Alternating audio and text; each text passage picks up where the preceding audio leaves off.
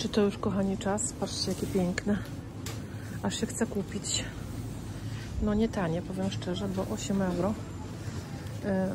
To jest chyba żonkil, no żonkil, więc wcale nie tanio. Co tu jeszcze mamy? Pokażę wam, bo aż oczy cieszę. To też za 8 euro. A te małe w zwykłej doniczce po 3,79. Żonkile oczywiście jak zawsze po euro. Były lata, że były po 55 centów chyba jakoś tak. Patrzcie, nawet te w bazie. O, i tulipany też już są, ale trochę za bardzo rozwinięte. Takie rozwinięte tulipany postoją nam do 2 dni. No, już chyba czas na tego typu rzeczy. Tak samo te żonkile kupuje się, jak są zwinięte, a nie rozwinięte. Bo też postoją chwileczkę. Moi drodzy, dzisiaj jesteśmy w mojej ulubionej kwiaciarni. Zobaczmy, co tu się pojawiło. Nie zawsze jest tanio i czasami kupuję gdzie indziej, jak jest za drogo. Szafirki po euro 30. Jeszcze dobra cena w sumie. A tutaj mamy narcyzy po euro 80. Ale te szafirki mnie ciekawią.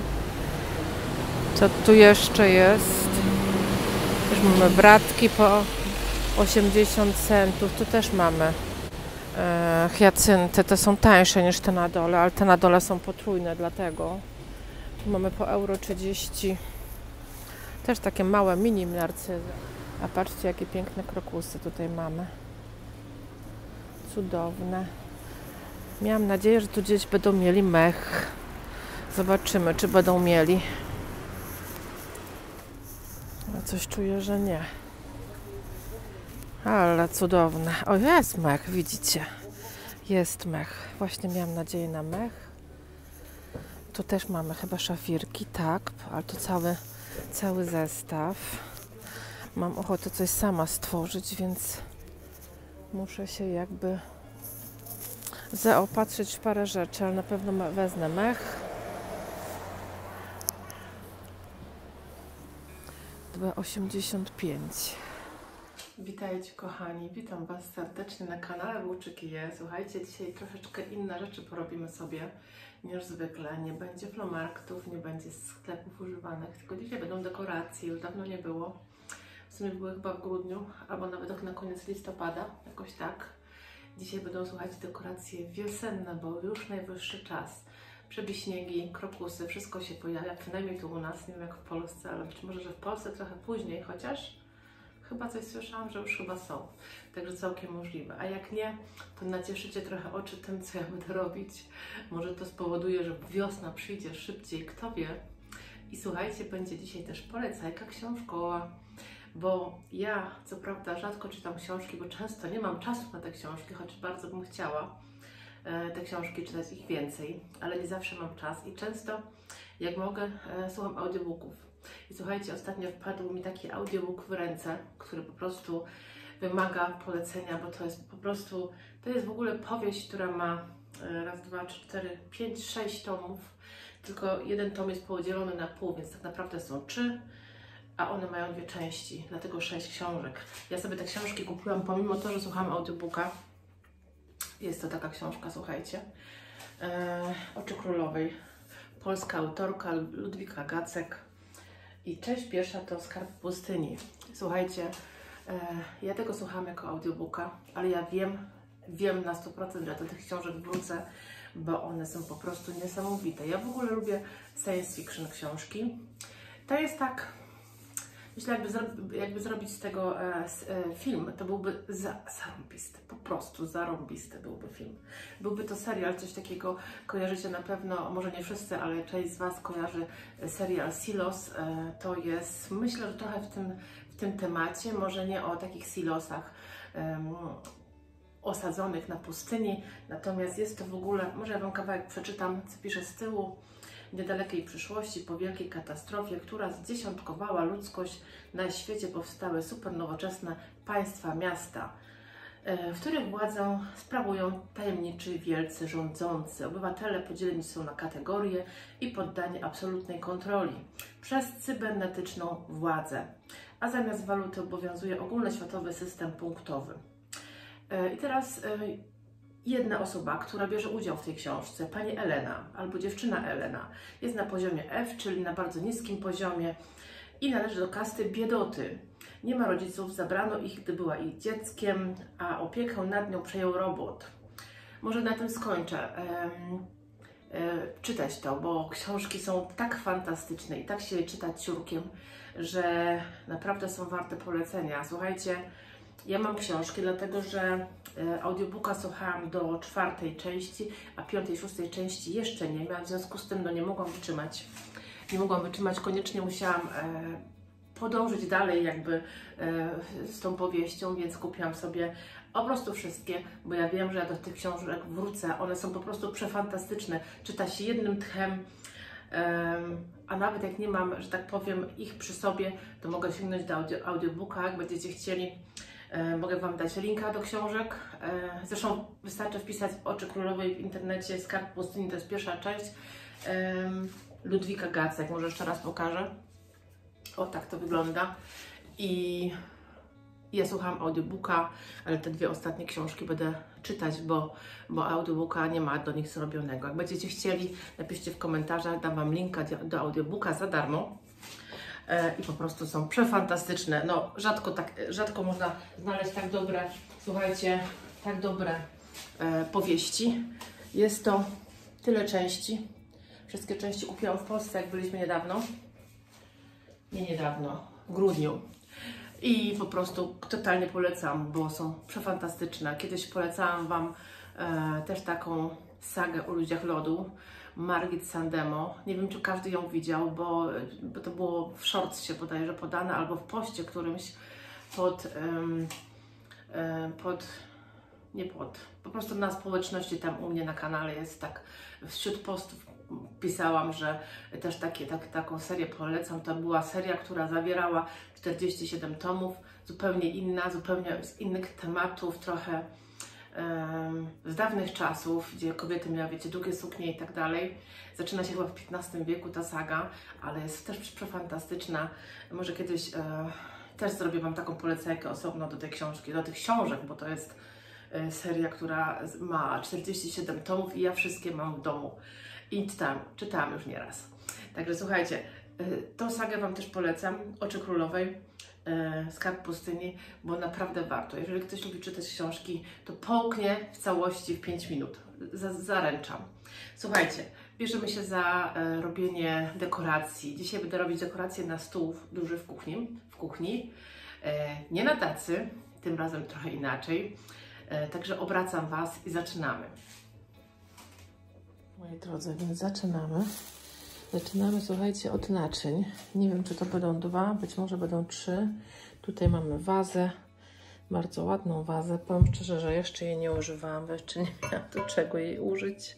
Do tego jest taka piękna pokrywka, ale pokrywka nam się tu nie przyda. Do tego mam taką piękną sosierkę, którą niedawno kupiłam, na pewno ją pamiętacie. Tą sosierkę też sobie tutaj jakoś ustawimy. Być może jeszcze coś niskiego, zobaczymy. A jakie kwiaty mamy? Bo wiecie co, zawsze lubię tak, jak jest takie pojemniki, to żeby były 3, a nie 2, więc coś mi tutaj jeszcze będzie trzeba dołożyć. Tutaj mamy, słuchajcie, mech. Mech też można kupić u nas w kwiaciarniach, więc tu mamy mech. Tu mamy żonkile, takie wyższe jedne. I myślę, że właśnie te żonkile wyższe posadzę osobno w czymś. Mamy krokusy, 2 pojemniczki, mamy szafirki, mamy taki rozchodnik. Pokażę Wam, jak go wyciągnę. Tu mamy małe żonkile. Także i trochę potrzebuję też gazety, takiej pomiętej. Także zabieramy się do roboty.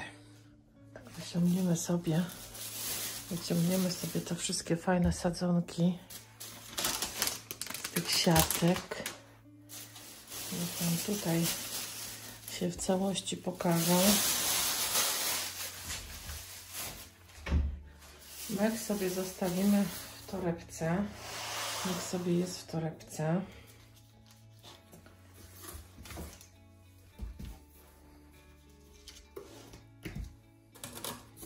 No i mamy 4 te małe żonkile. Weźmiemy sobie jeszcze tą wazę. I weźmiemy sobie tą piękną sosierkę. I teraz tak. Ja tu mam trochę gazety.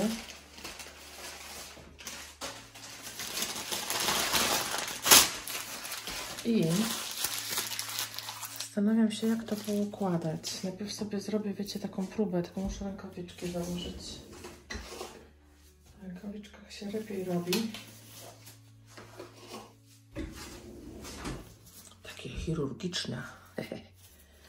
Chirurgiczne, zobaczcie. Rękawiczki są. Jaki ja mam plan? Myślę, że sobie tego wysokiego żonkila posadzę do czegoś innego. Muszę to jeszcze znaleźć, więc sobie go damy tutaj na bok. A całą resztę posadzimy sobie tu, w tej wazie. I najpierw na pewno będzie to. Tylko chyba muszę troszeczkę, wiecie, troszeczkę z ziemi oczepać, bo jednak tej ziemi tu jest dużo, chociaż może w tym zostawię. Ona akurat tak idealnie pasuje. Bo ona będzie tutaj na boku, tak? Kurczę, nie pamiętam, jak to się nazywa, ale może tu piszę. Jest napisane Mühlenbeckia Komplexa. Taka jest nazwa. Tu sobie wyciągniemy te... Kurczę, ciężko będzie je wyciągnąć. O nie, trzeba przykręcić. Przykręcić i jest dobrze. I wsadzimy sobie jednego... No dawaj. Jednego szafirka.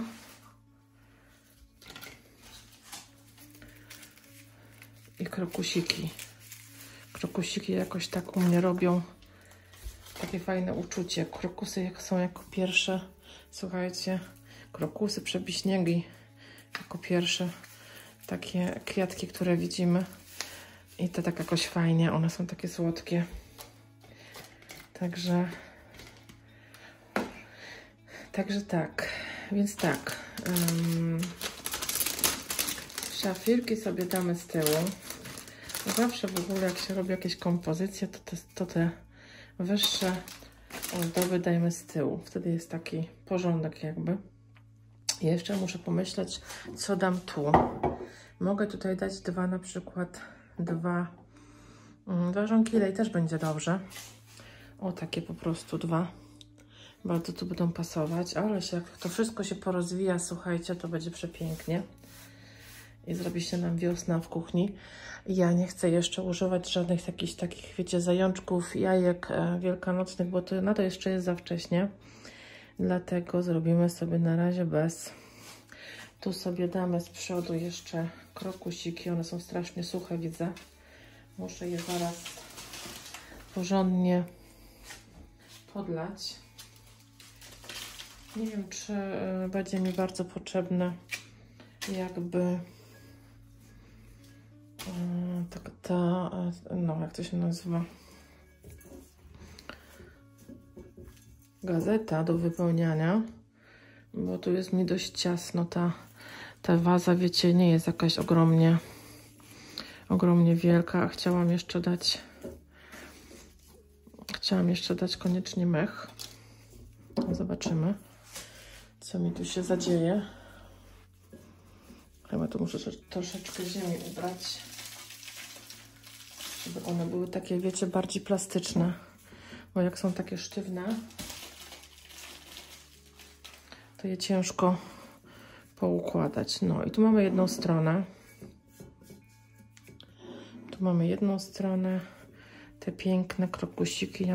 Myślę, że ja sobie je tak dam bardziej do przodu. W ten sposób. I tu mi wejdą teraz te, wiecie, one trochę jeszcze urosną, te żonkile. Więc tu się nie trzeba przejmować, że one są w tej chwili takie wysokie. No, dobra. Tak będzie dobrze, słuchajcie, w ten sposób. Ja muszę je to troszkę obrócić. O, tak będzie dobrze. Ja tu sobie jeszcze powkładam troszeczkę. One będą tak utrzymywać te kawałki gazety. One będą je utrzymywać w jednym miejscu, żeby nam się nie poprzesuwały.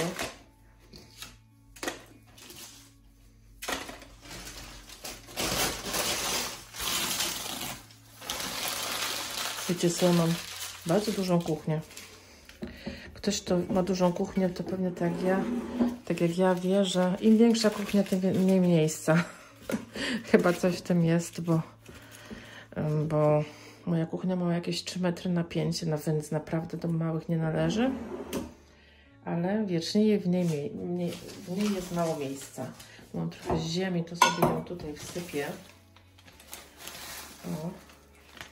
A jakbyście chcieli czasem, żeby jak używacie takie jakieś pojemniki porcelanowe, tak jak ja na przykład, że mamy tutaj wazę do zupy w zasadzie, ale tutaj mamy pojemnik, czyli sosierkę. Jak bardzo chcecie, żeby ona się nie zniszczyła w czasie sadzenia w nich różnych pięknych kwiatów, to możecie wyścielać to chociażby jakimś zwykłym workiem. W tych pojemnikach, słuchajcie, długo te kwiaty nie stoją, miesiąc, góra 2, a na ogół nigdy 2, raczej miesiąc, po prostu one przekwitną, więc trzeba je wymienić na inne. I żeby nam ta porcelana tu nie zniszczyła się, nie zrobiła się ciemna albo coś, no to można to po prostu kawałek worka wsadzić i do tego sadzić. I wtedy się na pewno nic nie stanie. Więc tak też można zadziałać. Tu sobie wkładamy też jeszcze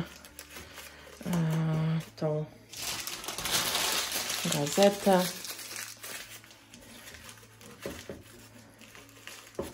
O, i teraz sobie przyniosę ten mech.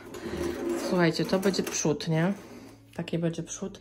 One nie są jeszcze w tej chwili spektakularne i nie cieszą jakby kolorami, ale trzeba poczekać parę dni. Wtedy się zadzieje. Gdzie ja ten mech mam? Aha, tutaj mam mech.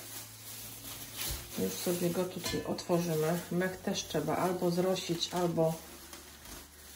albo, że tak powiem, po prostu troszkę podlać. Nie przesadzajmy z podlewaniem, bo jak przesadzamy z podlewaniem, to potem się nam wszystko gnije, nie? Ale zobaczcie, ten mech robi robotę, bo on fajnie tutaj wszystko to wypełni. I to będzie bardzo ładne. Ja płaciłam za ten mech 3,80 i powiem szczerze, że dość go mam. I myślę, że nawet mi nastarczy na tą jakąś dekorację w dużym pokoju. Na razie mam tam tulipany, więc na razie nie będę szaleć z jakimiś nowymi dekoracjami, bo jeszcze tulipany niech sobie... O, coś mi się tu kiwa. Niech sobie tulipany jeszcze tam się fajnie rozwiną. Chociaż powiem Wam szczerze, że tulipany z supermarketu to stoją zawsze krócej i staram się nie kupować w supermarkecie, bo nie warto. Coś mi tutaj wylazło, jakieś z cebulki, ale tu już więcej nie trzeba. Może jeszcze troszkę tu. I widzicie, to pięknie wygląda. Zatyka się jakieś tam ewentualne dziurki gdzieś tam, że jakieś coś wystaje. Ja to sobie już tak zostawię. O, pięknie. To sobie już tak zostawię. Słuchajcie, weźmiemy sobie drugi pojemnik, a mianowicie ten.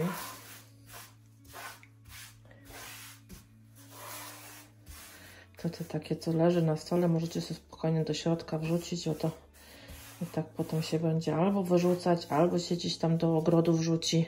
Tu sobie posadzimy, słuchajcie, tylko i wyłącznie. Aha, gazety nie mam. Słuchajcie. Sobie tu gazetę położę. No tu muszę niestety troszeczkę tej ziemi ubrać. Im nic nie będzie. Z braku trochę ziemi. Można starać się nie urywać korzonków, po prostu tej ziemi troszeczkę ubrać, żeby one tutaj bardziej pasowały. Zobaczcie, zmieści mi się ten drugi? Może się zmieści. Tutaj trochę też ubierzemy. Widzicie, wszystko pięknie, ładnie zaraz będzie zrobione. Dzisiaj to nie będzie na tacy. Na tacy robiłam ozdoby świąteczne. Czekajcie, może mi się to tu zmieści ładnie. Trochę mało miejsca, że tak powiem. Trochę mało miejsca, ale jest. Dobra, może być. Może być. Trochę tutaj jest, że tak powiem, ciasno. Może mogą tutaj bardziej krokusy wsadzić.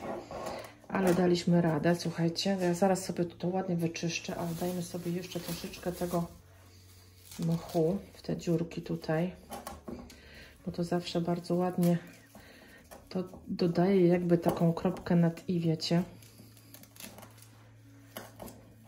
I to bardzo ładnie tu będzie wyglądać. O. I z drugiej strony to samo. Widzicie, ile mi tego mchu jeszcze zostanie. Szczególnie przy małych pojemnikach tego mchu się naprawdę niewiele używa. O, w ten sposób. I tu jeszcze w środku mam taką dziurkę. Też sobie tutaj wsadzę do środka. I będzie pięknie. Zobaczcie, jak ładnie. No i teraz sobie to wyczyścimy. Ja sobie wezmę jakąś małą ściereczkę. Już Wam pokazuję, jak to wyszło. To trzeba zawsze potem ładnie oczyścić. Niech to będzie czyste, bo to nie ma być brudne. To ma nam tu ładnie wyglądać. Widzicie? Te uszka, to wszystko ma być czyste.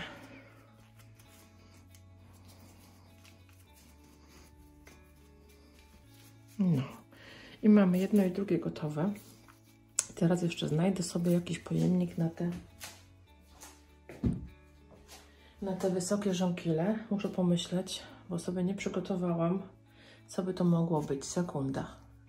W zasadzie to Wam powiem, że znalazłam taką doniczkę, ale w zasadzie to Wam powiem, że ja bym to widziała w czymś innym kompletnie. Słuchajcie, ja to widziałam bardziej w takim pojemniku przeźroczystym, czyli wazon wysoki, przeźroczysty. Jezu, one zawsze wychodzą te korzenie dołem i potem to się tak blokuje, żeby to wyciągnąć. Nie chcę wyleźć. O, już. No i do czego zmierzam? Ja bym to wsadziła, słuchajcie, jak Wy będziecie robić, to spróbujcie zrobić może w inny sposób, a mianowicie przeźroczysty, wysoki wazon, bez żadnych udziwnień. Trochę jak, pokażę Wam, tu mam taki pojemnik. On jest WMF, ale bardzo go lubię. Jest taki w sumie nowoczesny. Tu jest herbata w nim, ale chodzi mi o taki wazon, taki jak ten.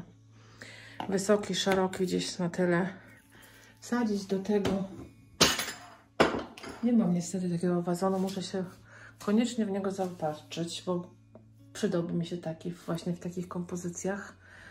I wtedy wsadzamy do tego wazonu właśnie taką tą, ale naokoło, bo wazon jest przeźroczysty, obklejamy naokoło właśnie tym mchem i to będzie fantastycznie wyglądać. Ja niestety takiego wazonu nie mam, więc go tutaj nie użyję. Może następnym razem uda mi się gdzieś w jakimś sklepie używanym dostać. Na pewno wręcz, bo ich jest dużo. Jakoś tak mi nie przyszło do głowy.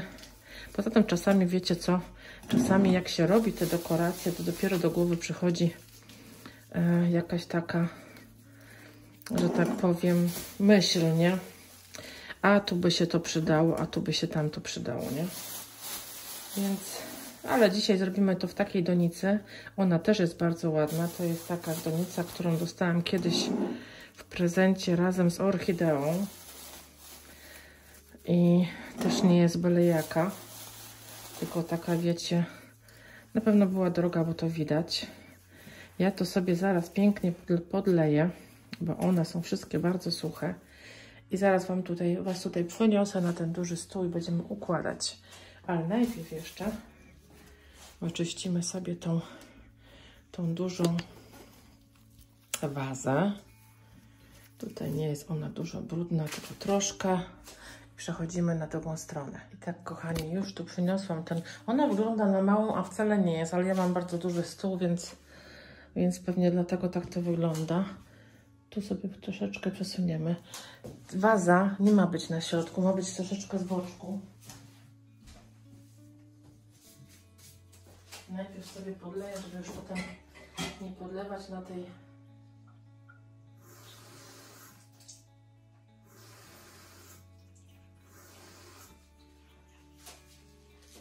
Już do Was wracam. Tylko chciałam podlać tą donicę, żeby już tam na tym obrusie nie działać specjalnie mocno. I zobaczcie, teraz ten musi być tu. Widzicie? On się bardzo szybko rozwinie, te żonkile. Zresztą te żonkile mają tutaj już pąki. Jutro, najpóźniej pojutrze będą rozwinięte. A teraz podlejemy sobie te małe żonkile.